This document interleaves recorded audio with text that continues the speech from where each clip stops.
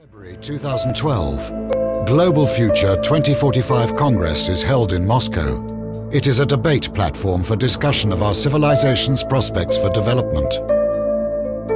2012 to 2013, the global economic and social crises are exacerbated.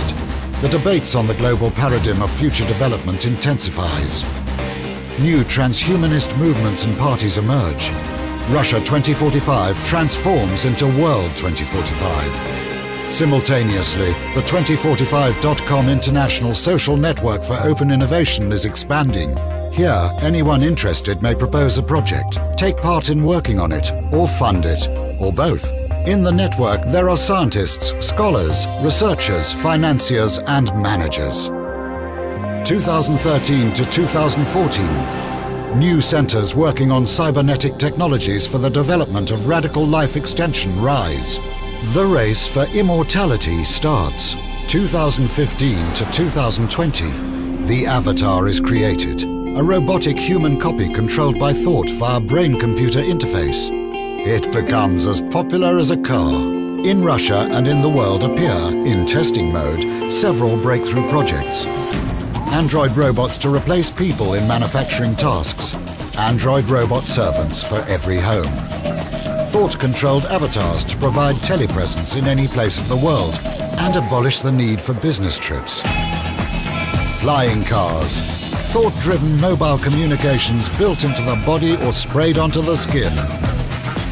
So let's look at some of the other key functionality or capabilities of this system. And right now we're just talking about the JADE system because that's what everybody's concerned about right now, JADE HELM. It can make high-level trade determinations. It makes decisions regarding casualties and targets in line with the overall mission objective. Okay? It is a total command. It has total command and control in an information-intensive society. Now, from a military standpoint, the term command is more or less a legal or a behavioral standard of actions performed or not performed by military officers to which they can later be held accountable. The JADE system displaces that standard from individual commanders and places it on itself. Total command and control of all information over land, sea, air, space, and cyberspace is how they will master the human domain. It says that in the PDF slides. It says that in the software papers. Okay? It can perform machine interpretation of commander's intent. Think about that for a minute. You know, that's kind of, you know, let me try and put this in perspective. Yeah, listen, don't hold it against me if I'm just being quiet here. I'm trying to wrap my mind around this. This is the deepest that we've ever gone on this subject. So bear with me. You don't have to worry about us bearing with you. Just bear with us, okay? just keep going. I am all attention. Okay, I want to get back to the machine interpretation of commander's intent. Mm-hmm. That's kind of like, all right, I pull up to my house, I pull in the driveway. My intent is to go in the house and sit, you know, watch TV. Now, am I going to enter the house by smashing my truck through an exterior wall, or am I going to enter the house by getting a key off my keychain and unlocking the door?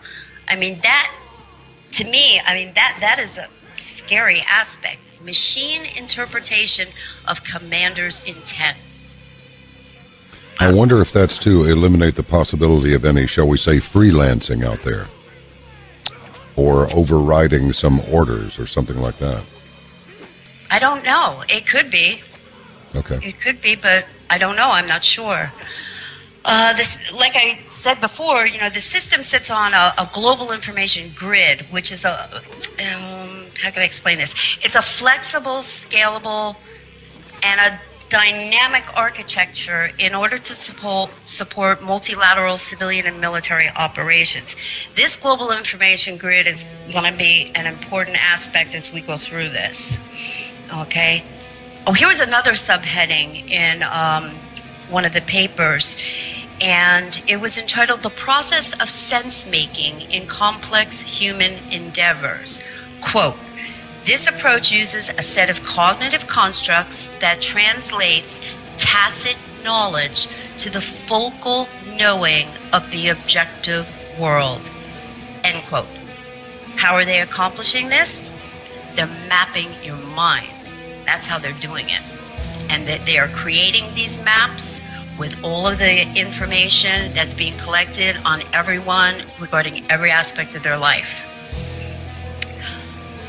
Macrocognition. This is the process the system uses to dissect the human behavioral process. It's cognitive and it's a cognitive and adaptive learning function, and it's this. I'm sorry, I'm stepping all over myself here. It's completely okay. Gives me time to catch up. Okay. Oh, I'm embarrassed. Okay, the macrocognition component of the system, like I mentioned before, is a process of dissecting the human behavioral process. Okay, its cognitive and adaptive learning capabilities enables it to predict intent. Now, we're not talking on the military side here. We're talking on either the enemy or civilian side, whichever way you want to look at it. So it can predict intent of an adversary or target, as well as predict a range of potential behaviors of those targets. And it does this instantaneously. This doesn't require a bunch of military commanders sitting around a table, going back and forth. Well, how should we handle this? I don't know. I think we should do it this way. The machine's making the system's making the decisions for them.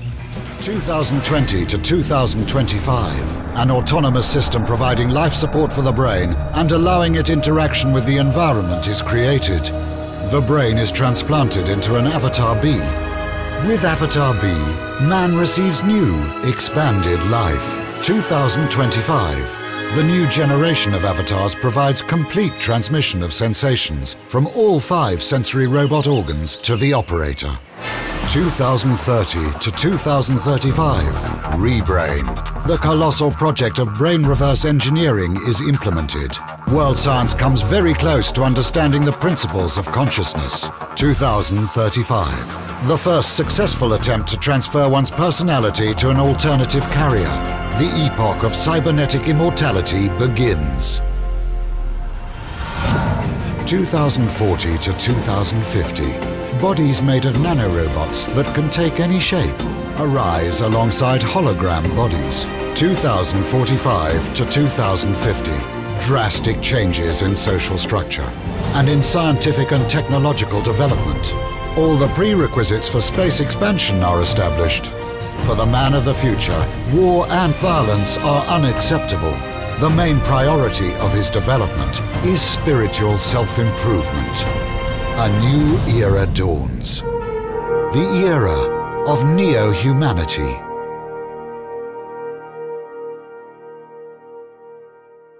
Oh, here's another statement that was made in the paper entitled The Tuesday Presentation to Justify the Rollout of JADE 2. And it says, quote, "For a joint commander to define an instruction set to a civilian or military joint force mission to transform a failing state to an agreed upon non-failing end state is a problem," end quote. Okay, and this section goes on to say that, rapidly changing dynamics presents a cognitively difficult task for commanders and practitioners. And the system will do that too.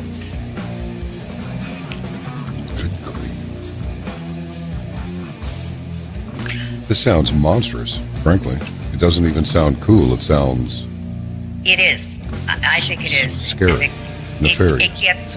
It gets worse. Excellent. When you look at it. No. I mean, when you look at it as it is not the be-all and the end-all, this is just a sub-layer, a layer on top of a much larger system that's already in place. Okay? JADE 2 can reconfigure its own network topography to optimize communication and data transfers. In one of my other reports, I talked about BBN technologies, use of bandwidth extenders on the cellular and wireless architecture networks. Well, this is what they're referring to. An example of this might look like, you're driving down the road, all of a sudden you lost cell phone service in a particular area or for a particular time, when in actuality, your bandwidth's been reallocated to the system. Because everything, absolutely everything, communications, everything else is tied into that global information grid. All right, another command and control problem that these concept papers, they're not even concept papers because the software is being used now. Okay, another command and control problem this system is designed to handle is the fact that the enemy has always been able to adapt to a rapidly changing environment to hide itself from exposure.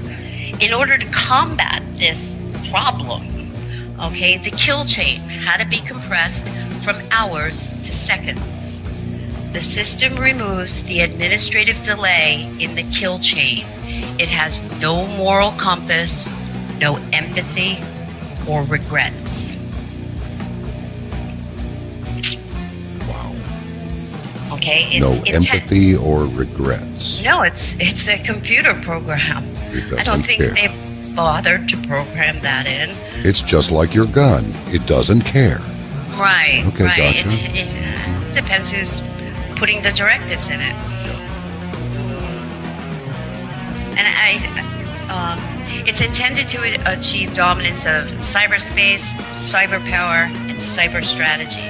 This capability will continue to evolve even though key technical, social, and information trends begin to stabilize.